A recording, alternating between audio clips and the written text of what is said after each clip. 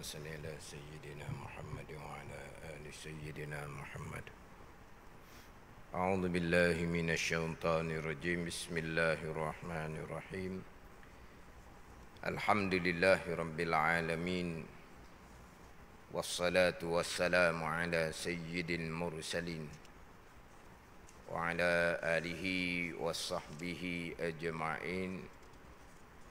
رب اشرح لي صدري ويسر لي أمري واحلل عقدة من لساني يفقه قولي. سبحانك لا علم لنا إلا ما علمتنا إنك أنت العليم الحكيم. ولا حول ولا قوة إلا بالله العلي العظيم. InsyaAllah kula maghrib pada malam ini menyambung pengajian kitab Minhajul Abidin karangan Imam Ghazali rahimahullah yang diterjemahkan oleh Syekh Daud Al-Fatani rahimahullah. Muka surat 12. Muka surat 12 baris bawah sekali. Muka surat 12 baris bawah sekali. Qala al-muallif rahimahullahu ta'ala wa nafa'ana bi'ulumihi amin. Dan kerana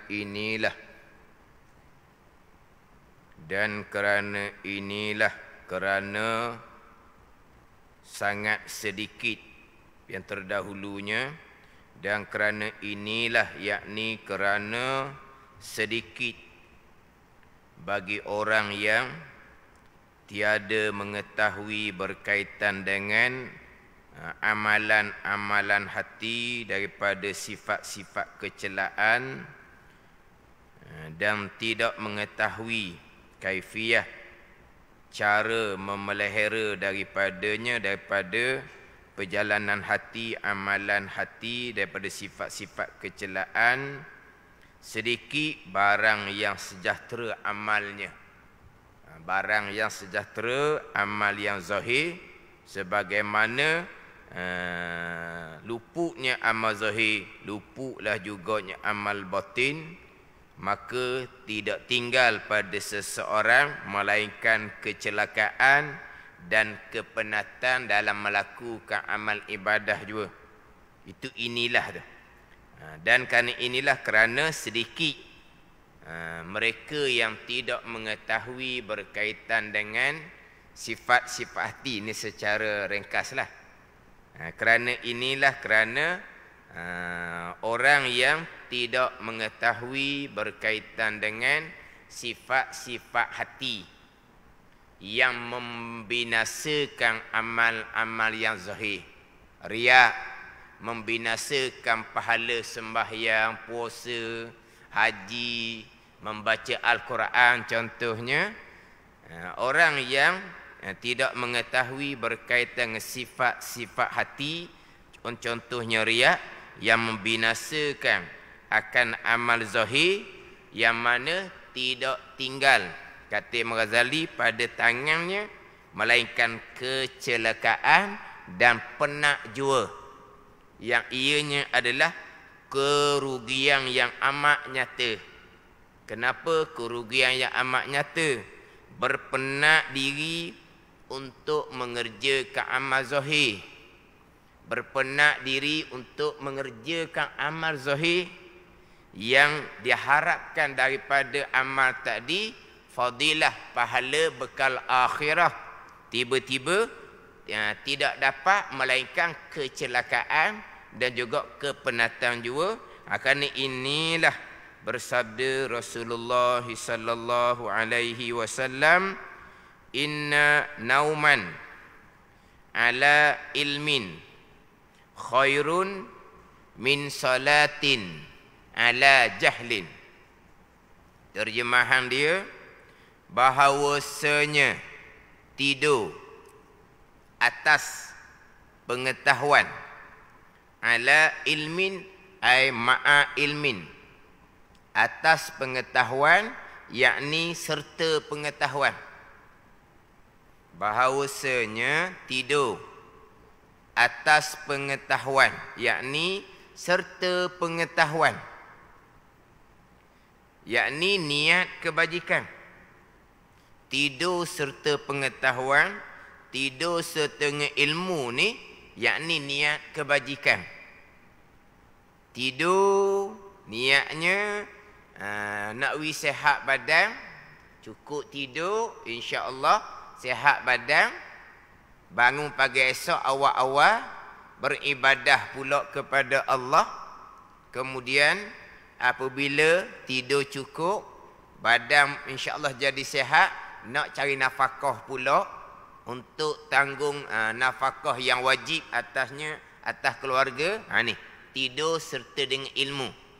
Nabi kata terlebih baik, terlebih baik daripada sembahyang atas jahil. Sembahyang atas jahil, min salatin ala jahlin, daripada sembahyang ala jahlin atas jahil, ay ma'a jahlin, serta jahil. Lebih baik daripada sembahyang atas jahil, mana serta dengan jahil. Sembahyang mana ni? Sembahyang masa orang tidur tu lah. Sembahyang pada masa orang tidur. Ni pergi kepada qiyamul lail, sembahyang sunat, tetapi serta dengan jahil. Kenapa? Hak Nabi kata tidur serta dengan ilmu ni terlebih baik daripada sembahyang serta jahil. Kenapa Nabi kata seumpama tu? Maka yakni kerana maka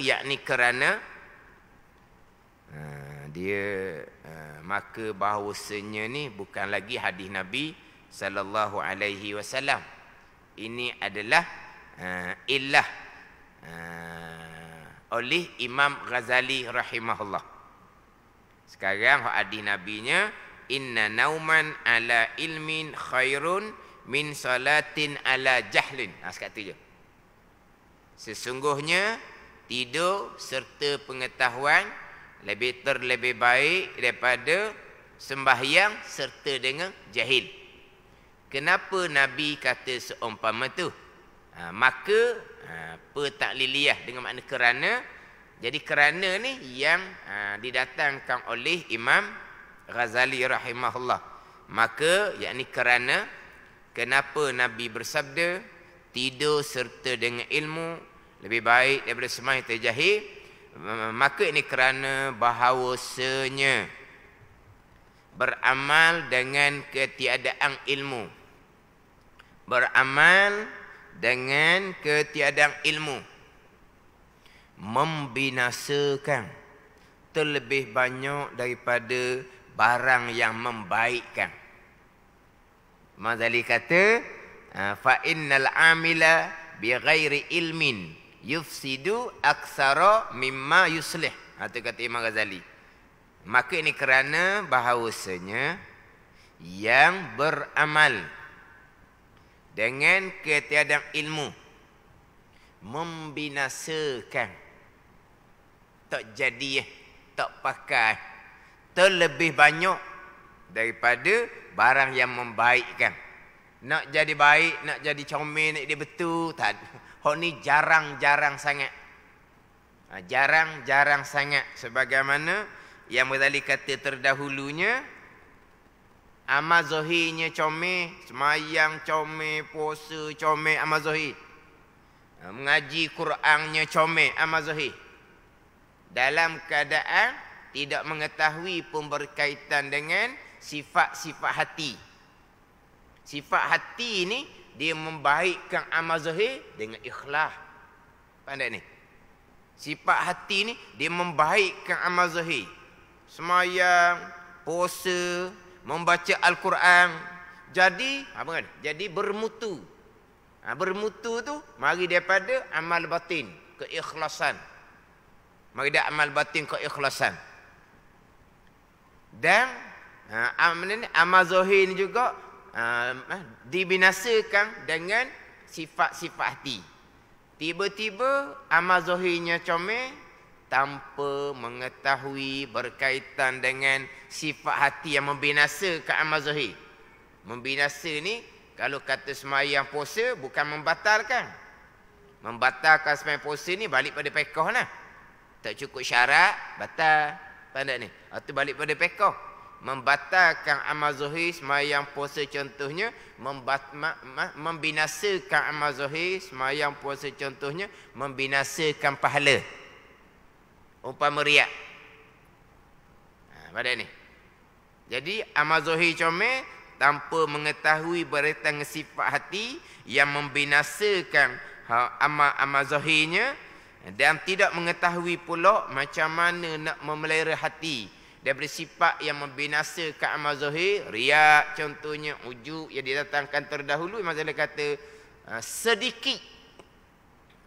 Dalam hak Arabnya faqallama ay qalla jiddan, sikit sangat-sangat macam tak ada hak selamat amal zahir.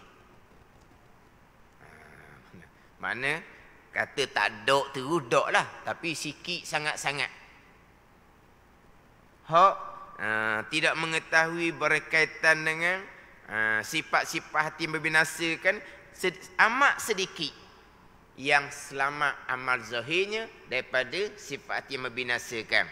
Maka lupalah kebajikan yang dilakukan. Hak ni Imam Ghazali kata tidak tinggal dalam tangan melainkan kecelakaan dan kepenatan semata-mata. Inilah kerugian yang amat sangat. Sebab apa? Sebab beramal dengan tiada ilmu ni membinasakan terlebih banyak daripada barang yang membaikkan. Hak membinasakan. Oh ni akidah comel. Dak semayang bang comel. Tapi tak ada hak bab ibadah, hak bab amalan hati. Ilmu yang ketiga sekarang ni. Faham tak ni? Tapi kalau sembahyang serta dengan ilmu akidah pun jahil. Sembahyang setengah jahil, maknanya sembahyang serta akidah pun jahil. Sembahyang serta pekoh pun jahil. Bukan sembahyang hak malam ketika orang tidur. Sembahyang fardu pun tidak akan diterima oleh Allah Subhanahu wa taala. Yang Ghazali bicara sekarang adalah berkaitan dengan amal-amal sunat. Sembahyang sunat contoh terdahulu, puasa sunat contoh terdahulu. Imam Ghazali datangkan dua amal sunat, hak nombor satu, nombor dua, hak paling besar.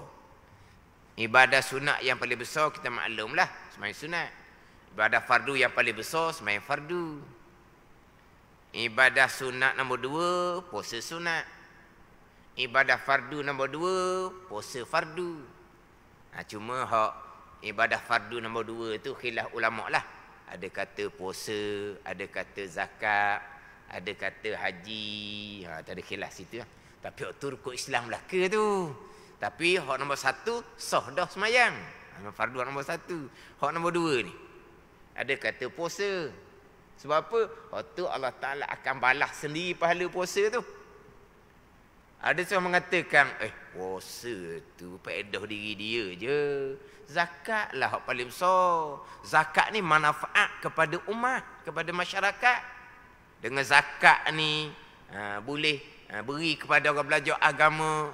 Dengan zakat ni boleh beri pada orang fakir miskin. Puasa itu faedah diri sendiri. Zakat fardu ni zakat ni faedah umum, lebih zakat. Ada pula kata lebih haji.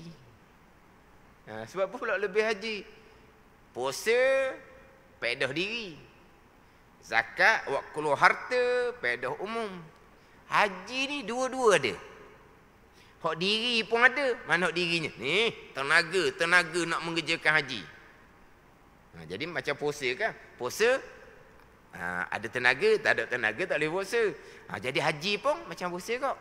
Dia menggunakan tenaga yang banyak. Dia menggunakan tenaga yang banyak. Tapi puasa tak ada pakai duit. Zakat pakai duit, tak ada pakai tenaga. Haji pakai tenaga macam puasa dan pakai duit macam zakat. Jadi haji ni ada dua.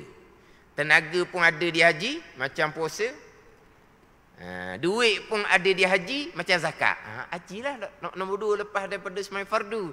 Tu hak khilaf ulama lah, tapi rukun Islam lah ke tu. Bukan membeza-bezakan. Jadi kita kira hak pandang yang mengatakan puasa hak nombor dua lepas daripada sembahyang fardu.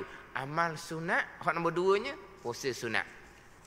Jadi Ghazali datangkan sini hak berkaitan dengan mereka yang mensia-siakan hak berkaitan dengan ketaatan batin, mereka yang mengekalkan maksiat batin, riak, ujub, takabur dalam keadaan masghul, berbimbang, bersibuk dengan sembahyang sunat, puasa sunat, sama sekali tidak diterima oleh Allah Subhanahu wa taala. Hak sembahyang fardu, puasa fardu, itu satu kefarduan yang asing. Ikhlas ke tak ikhlas, itu satu kefarduan yang lain. Sembahyang fardu tetap. Kalau saya sembahyang fardu pun tak ikhlas. Tak ikhlas macam mana? Sembahyang lah sebab duduk kapung dah. Kalau duduk jauh daripada mak ayah, tak sembahyang. Duduk rumah, sembahyang lah dia kata 5 waktu. Itu apa? Ni apa panggil? Hipokrit. Hipokrit panggil tak? Hipokrit lah. Duduk KL tu, tak sembahyang langsung. Balik duduk kapung, 5 waktu sembahyang. Ni hipokrit ni, tak ikhlas ni. Kerana takut mak ayah marah. Ikhlas ke tak ikhlas, kamu tetap kena sembahyang 5 waktu. Itu hak kefarduan. Kalau tak ikhlas macam mana? Tak ikhlas riak, dosa besar. Sembahyang fardu tetap sudah tertunai kewajipan fiqh. Tapi begitu je, jangan begitulah. Jagalah hati itu kerana Allah lah. Sembahyang fardu boleh pahala wajib serta ikhlas, boleh pahala wajib hak batin pula. Tetapi dengan seseorang mensia-siakan, meninggalkan kefarduan batin ikhlas, hak masalah kefarduan zahir sembahyang fardu, jangan kosek tu. Padat ni. Macam yang saya sebut minggu lepas lah. Hak tu hak amal zahir sembahyang fardu dengan amal batin serta dengan ikhlas. Sebab banding minggu lepas kan, hak sama-sama hak zahir. Sembahyang fardu, puasa fardu. Tiba-tiba puasanya cukup, sembahyangnya tidak. Ni. Puasanya cukup, sembahyangnya tidak. Hak puasa fardu tu jangan duk kosek tu. Kenapa kamu tidak sembahyang? Tegur tu. Jangan kita kata, tak payah sembahyanglah kamu, tak payah puasalah kamu, tak ada pedah. Jangan kata gitu. Salah sangat tu. Ni ada orang cakap gitu. Dah kawan tu, puasa Ramadan cukup. Tapi sembahyang waktu, sembahyang tak cukup. Ada orang kata, kamu puasa tak ada pedah. Sebab sembahyang kamu tak cukup. Tiang agama kamu tak cukup. Pahala sembahyang kamu nak letak di mana? Dia berpuasa lepas kewajipan. Tapi pahala puasa nak letak di mana? Sembahyang tak ada. Dia bertaubat kemudian hari, dia bersembahyang, dia mendirikan tiang agama, pahala puasa tu akan dicatatkan lah. Lepas tu kata, jangan sentuh bab kefarduan puasa. Sentuh bab kamu tinggal sembahyang. Contoh minggu lepasnya, puasa cukup, sembahyang cukup. Tapi perempuan ni aurah tak tutup. Aurah tak tutup. Puasa fardu Ramadan memang tetap. Sembahyang pun perempuan ni rajin. Tapi aurahnya tak tutup. Hak aurah tak tutup tu, dia meninggalkan satu kewajipan yang lain. Kena nasihat tu, kena dakwah tu. Hak dia puasa dah, jangan duk kosek. Hak dia sembahyang fardu dah, jangan duk kosek. Ni hak bab kefarduan asing-asing. Sama juga. Hak kefarduan zahir dikerjakan. Kefarduan batin, contoh ikhlas ditinggalkan. Kena kosek hak tak ikhlas tu. Hak sembahyang fardu, puasa fardu, zakat, haji, hak fardu tu yang duk konsep tu. Tapi kena ikhlaslah, itu satu kefarduan yang lain.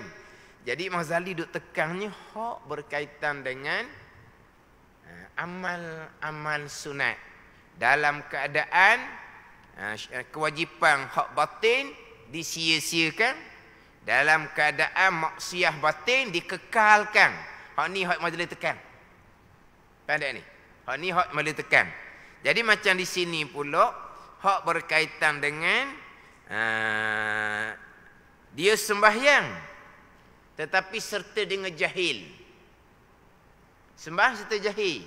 Sembahyang sunat lah ni qiyamul lail sebab orang lain tidur. Hak mana nak difokus di sini ni?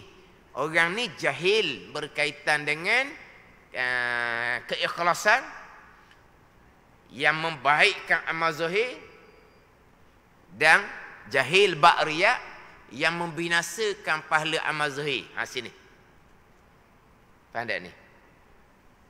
Tapi kalau kata ilmu yang pertama, ilmu akidah tidak bicara, ilmu sembahyang fiqh tidak bicara, bukan kata sembahyang malam ni, sembahyang fardu 5 waktu pun tidak akan diterima oleh Allah Subhanahu wa taala. Kalau hak ilmu yang pertama ilmu pegangan, ilmu yang kedua ilmu fiqh fardhu tidak diselesaikan. Hak ni orang sembahyang malam akidah comel. Orang sembahyang malam sembahyang sunat fiqh hukum dia comel, sembahyang fiqh mana sembahyang dia comel syarat dan rukun dia. Tapi macam mana dengan ketaatan batin, keikhlasan macam mana? Lepas tu riak terpelihara ke tidak? Ni nak bicara. Jahil bab keikhlasan, jahil berkaitan dengan riak yang membinasakan amal zahir hak sunat ni. Hak ni lah hak kata hak Ghazali kata lebih baik tidur setengah ilmu daripada sembahyang serta jahil. Sebab apa? Sebab sembahyang ni beramal dengan tak ada ilmu kata Imam Ghazali, hak membinasakan, hak punah terlebih banyak daripada hak membaikkan. Situ. Tapi ada pula orang dia tak boleh lah. Sensitif lah sebut jahil-jahil ni. Sensitif. Tidur setengah ilmu lebih baik daripada sembahyang terjahil. Sedap lah dia. Mentang-mentang lah dia ada ilmu. Tidur dia lebih baik daripada kita hak sembahyang malam, hak jahil ni. Kenapa kamu jahil? Kenapa kamu jahil? Maknanya, mentang-mentang lah kita jahil, mak dia sedar dia jahil. Dah sedar jahil, berobat lah. Ada ni. Tidur serta ilmu lebih baik daripada sembahyang setengah jahil. Alhamdulillah, kita berilmu serta kita sembahyang malam. Gitulah. Tidur setengah ilmu lebih baik dah. Kalau bangun malam pula setengah ilmu, dah sedut tanyalah. Bukan makna kata berilmu kau tidurlah, tak usah bangun malam lah. Jangan salah faham ni. Lebih baik daripada sembahyang serta jahil. Kalau sembahyang setengah ilmu nombor 1 lah. Jangan pergi faham pula. Ada ilmu, tidur. Tak payah sembahyang. Tidur serta ilmu lebih baik daripada sembahyang serta jahil. Bukan lebih baik daripada sembahyang serta ilmu, bukan ni. Lebih baik daripada Nabi kata, lebih baik daripada sembahyang serta dengan jahil. Tiba-tiba dia kata, mentang-mentanglah kita jahil. Kamu tahu kamu jahil? Makna kamu jahil basik, bukan kamu jahil murakkab. Jahil murakkab apa payah? Dia jahil tak sedar jahil. Tahu tak jahil murakkab? Jahil yang berlapis-lapis. 2 kali jahil. Dia jahil dah. Dia tak erti dah. Dia tak tahu dah. Serta dia jahil, tak erti, tak tahu bahawa dia jahil. Ni payah ni. Ni kalau kau suap, dia tak nganga. Jadi rasa dia pandai. Ini payahlah. Kalau orang mengajar pun dia tak peduli, dia buat aja sebab dia pandai. Alah, hak tu aku pandai dah. Hak tu dengar sok dah. Hak tu lama dah aku tahu. Hebat. Lepas tu dia popeng duk buat. Padahal kalau pandai belah kedah, mengajarlah. Ya apa lagi? Mengajarlah pandai belah kedah. Jadi maknanya dia jahil basik. Dia sedar dia jahil. Kenapa biarkan diri dalam keadaan kejahilan? Belajarlah. Ada ni. Sebab Nabi perintah tu. Kun aliman. Nabi perintah. Jadi oleh kamu akan orang yang alim. Nabi perintah jadi alim. Alim ni wajib ni. Sebab Nabi perintah. Alim mana? Alim fardu ain. Alim lah fardu ain ilmu tasawuf ni wajib alim. Sebab Nabi perintah. Kenapa kamu kekalkan diri kamu jahil? Jahil fardu ain ilmu tasawuf dosa yang besar. Riak dosa besar yang lain pula. Takabur dosa besar yang lain pula. Kenapa kamu sedar kamu jahil? Kamu kekalkan diri kamu dalam kena jahil. Faham tak ni? Ni biasalah ni. Oh, mentang-mentanglah kita sembahyang malam terjahil. Baik tidur seterik. Oh, ni hak Nabi kata dah ni. Ada ni. Tapi kenapa dia mengapa? Dia tersinggung. Betul lah sebab saya jahil. Nabi perintah kun aliman. Jadi oleh kamu akan orang alim. Nak jadi alim ni kena belajar au muta'alliman. Ataupun wajib kamu belajar dah kalau kamu jahil. Belajar ni kena mendadah, kena berkitab. Dengar macam mana pula? Au mustami'an. Nabi perintah. Ataupun kamu mendengar. Tu perintah Nabi belaka tu. Kalau sudah dah diri jahil, belajar. Ataupun dengar. Ni perintah wajib ni. Belajar ilmu agama ni wajib ijma' ulama. Wajib kena alim fardu ain.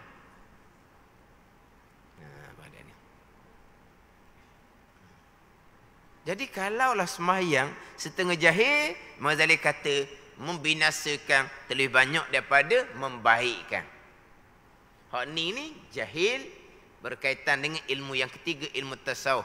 Bukan jahil ilmu tauhid, bukan jahil ilmu fiqh. Jahil ilmu tauhid fiqh. Bukan sembahyang sunat, sembahyang malam, sembahyang fardu pun tidak akan diterima oleh Allah Subhanahu wa taala. Ni ambil molek kita Minhajul Abidin. Maka kita kena muhasabah diri kita, keluarga kita masing-masing. Macam mana dengan ilmu fardu ain tauhid, ilmu fardu ain fiqh, ilmu fardu ain tasawuf. Ini mandatori. Mandatori putus. Tak ada sebarang helah, tidak ada sebarang dalih. Tidak ada tangguh-tangguh, tidak ada nanti-nanti, tidak ada. Hak tiga ilmu ni yang saya sebut berulang kali, tiga ilmu ni wajib diajar oleh ibu bapa sebelum balik, sebelum anak balik. Tanda ni. Tiga ni kewajipan mandatori ni.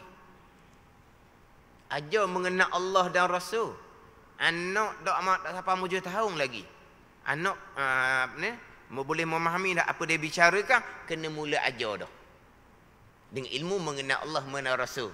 Cerita perkara-perkara gaib, malaikah ke, barzah ke, dibangkitkan kembali ke, kena mula cerita dah. Kena mula cerita dah. Perkara gaib. Walaupun anak belum sampai 7 tahun. Ajar semayang bermula daripada umur 7 tahun. Berada umur. Ajar bab mengenal Allah Rasul ni bukan 7 tahun. Awal-awal. Mana budak ni kira reti dah. Ada budak yang dia agak reti tu cepat sikit. Ada budak yang reti dia tu lambat sikit. Dia ada tak samalah dia punya. Yalah, mungkin cerdik tak cerdik begitulah. Mana kalau budak ni reti dia cepat, kena mula ajar cepat mengenal Allah, mengenal Rasul. Bukan 7 tahun. 7 tahun tu wajib kita ajar bab semayang. Ada ni. Ini bab mengenal Allah, mengenal Rasul, bab akidah. Ini hak ilmu fardu ain, hak mandatori tadi.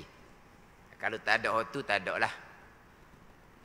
Pada ni yang saya biasa tekan, hak berkaitan dengan qada dan qadar, berkaitan dengan perkara jahat, qada dan qadar, berkaitan dengan ikhtiar dan usaha seseorang hamba, hanya pada zahir sahaja, bukan pada batin. Hanya pada zahir sahaja. Hamba ada pilihan dan perbuatan, wajib kita berpegang. Hamba ada pilihan dan perbuatan. Pada batin hakiki, batin hakikinya adalah Jabariyah. Jabariyah batinang dia panggil. Batin hakikinya Jabariyah. Sebab apa? Pilihan dan perbuatan kita itu adalah qada dan qadar Allah Subhanahu wa taala. Ada ni. Majburan batina. Batinnya majbur, dikerasi, dipaksa, terikat dengan qada dan qadar. Sebab sekalian qada dan qadar. Termasuk pilihan pun qada dan qadar, termasuk usaha kita pun qada dan qadar. Jangan lupa dah dalam kitab Minhaj kita. Kalau saya baca dahulu berulang-ulang kali di muka di muka surat. Kena ingat dah. Di muka surat apa dahulu? Surat 16 dah. Di muka surat 16. Terlintas di hati, berkelip mata memandang, tidak berlaku melainkan dengan qada Allah dan qadarnya dan iradahnya dan kehendaknya. Terlintas di hati pun qada dan qadar, berkelip mata memandang pun qada dan qadar, terlintas hati qada dan qadar, pilihan hati sama telah lah ianya qada dan qadar. Berkelip mata memandang qada dan qadar, usaha hamba sama telah lah qada dan qadar. Lepas tu tak ada apalah kitanya, batin hakikinya memang tak ada, sebab sekalian qada dan qadar.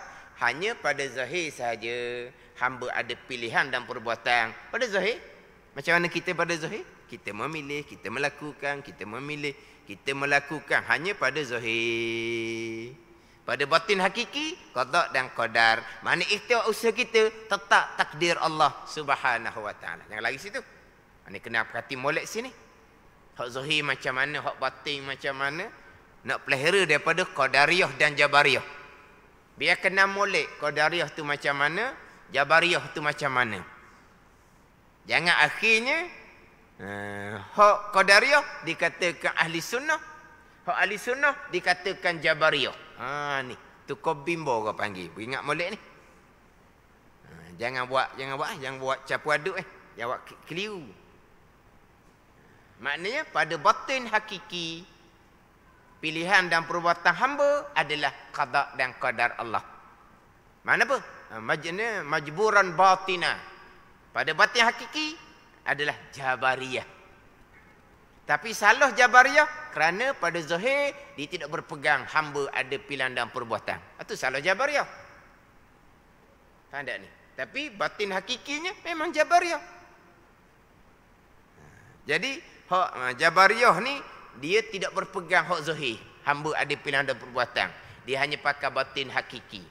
Hak Qadariyah ni, hak batin hakiki tak pakai, dia pakai zahir saja. Hamba memilih dan melakukan sendiri-sendiri dengan kudrah yang Tuhan letak di hamba. Ahli sunnah zahir pun ambil, batin pun ambil.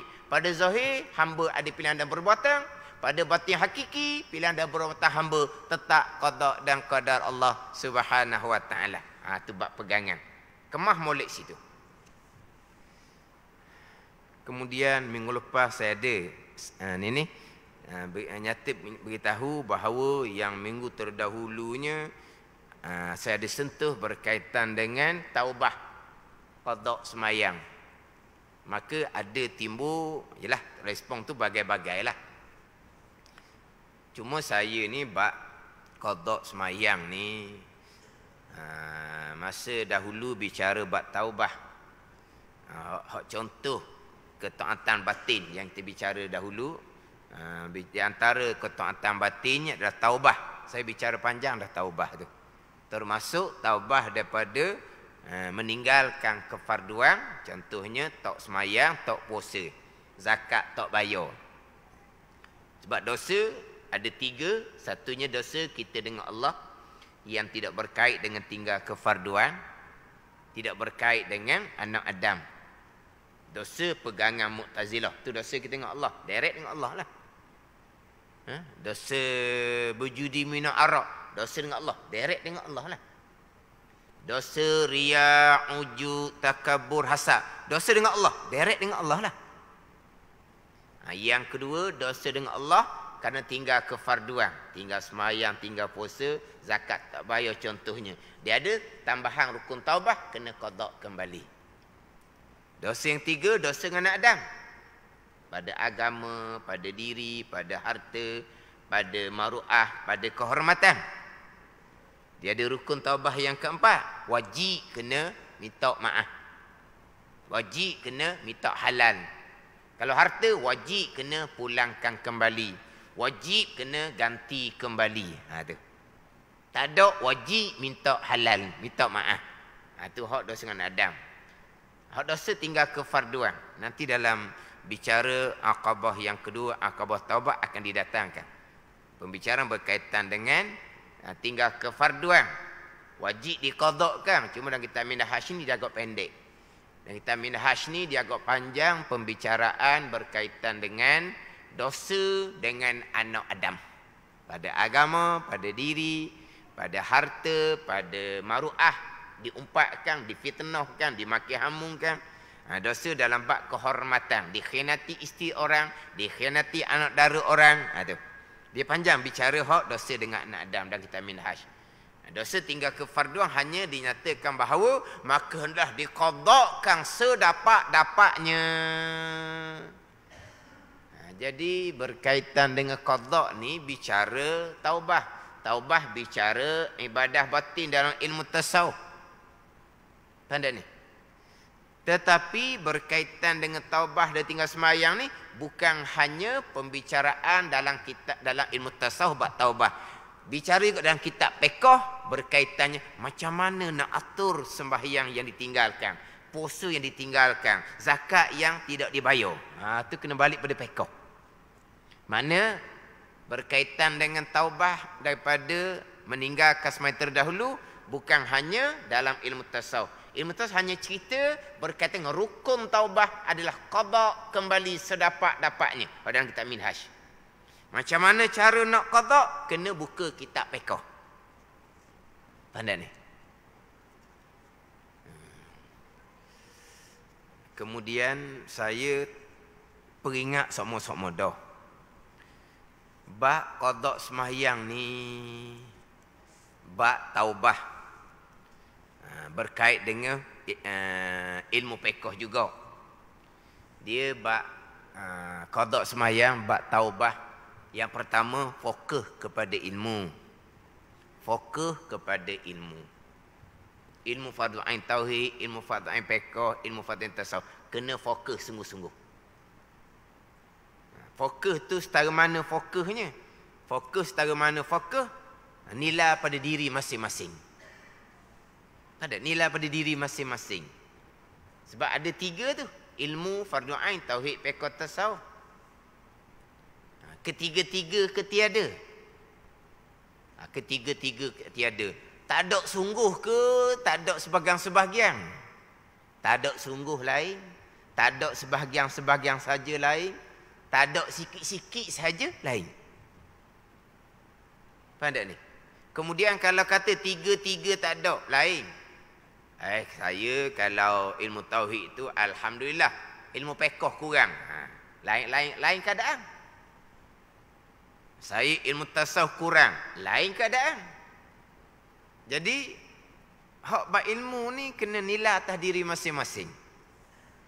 Kalau tiga-tiga tak ada fardhu ain dan tiga-tiga tu hanya ada nunggu-nunggu je. Rukun iman pandai sebut. Rukun semayang pandai sebut. Tapi satu-satu rukun iman tu macam mana? Syarat bagi tiap-tiap satu rukun semayang macam mana? Ada tak dia punya kandungan dia? Ada nunggu je. Hak ni macam tak ada lah. Jadi kalau setakat erti ngapa rukun iman, setakat erti ngapa rukun 13, ilmu tu kodoh 7-8 tahun baru tu. Hak ni kena fokus molek. Lepas tu nak bicara bab qada semayang macam mana? Sebab kita nak fokus hak ilmu dahulu. Kita banyak masa ustaz. Kita belajar waktu maghrib je. Siapa suruh belajar waktu maghrib saja kalau kamu ni banyak ilmu yang tak ada? Lepas tu nak belajar macam mana? Belajar ikut nilai diri masing-masing lah. Hak tak ada tu, hak mana?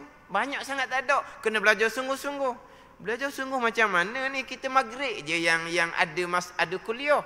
Sekarang tak ada alasan macam saya sebut sebelum ni lah. Langit terbuka. Kita boleh belajar hak subuh, kita boleh belajar hak duha.